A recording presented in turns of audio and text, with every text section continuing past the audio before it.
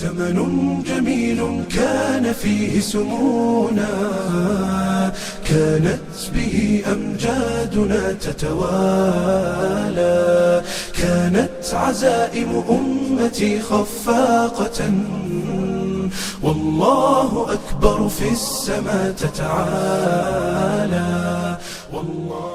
بسم الله والحمد لله والصلاة والسلام على رسول الله وعلى آله وصحبه ومن والاه، ثم أما بعد. حيث تختفي الأصوات وتختلط الطرق تبقى الوصية الصادقة منارا لا يحبو. هنا تحت ثرى الشام يرقد رجل حمل للأمة كلمات كأنها تقال لكل زمان. إنه العرباض بن سارية صاحب الوصية الخالدة. كان العرباض بن سارية من أهل الصفة، قريبا من مجلس النبي صلى الله عليه وسلم، سامعا واعيا حافظا للكلمة إذا قيلت. قال رضي الله عنه: وعظنا رسول الله صلى الله عليه وسلم موعظة وجدت منها القلوب وذرفت منها العيون، ثم قال عليه الصلاة والسلام: فعليكم بسنتي وسنة الخلفاء الراشدين من بعدي، تمسكوا بها وعضوا عليها بالنواجذ. هنا لم تكن كلمات عابرة بل عهد للأمة عند تغير الزمان. عاش العرباض بن سارية بعد النبي صلى الله عليه وسلم زمنا رأى فيه اختلاف الناس وكثرة الأهواء، فلم يكن صاحب جدال بل صاحب أصل السنة. كان إذا رأى انحرافا قال: عليكم بالأثر وإياكم والبدع. قال الإمام الذهبي رحمه الله: العرباض بن سارية صاحب سنة وله حديث عظيم هو أصل في الاتباع. كما نظر أهل العلم إلى العرباض فرأوا فيه صوت السنة في زمن الاختلاف.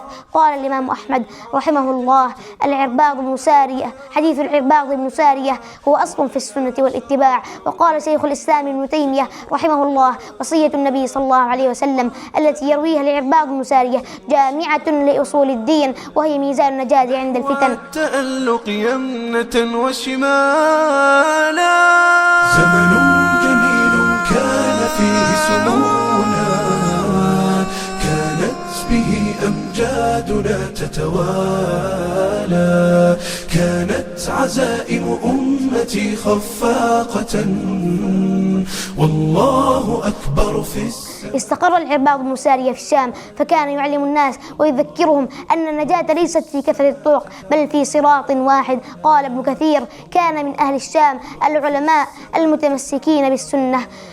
مات العرباض بن سارية سنة 65 للهجرة على الأرجح. مات وبقيت وصيته تنادي كل جيل: تمسكوا بالسنة ولا تغتروا بكثرة الطرق.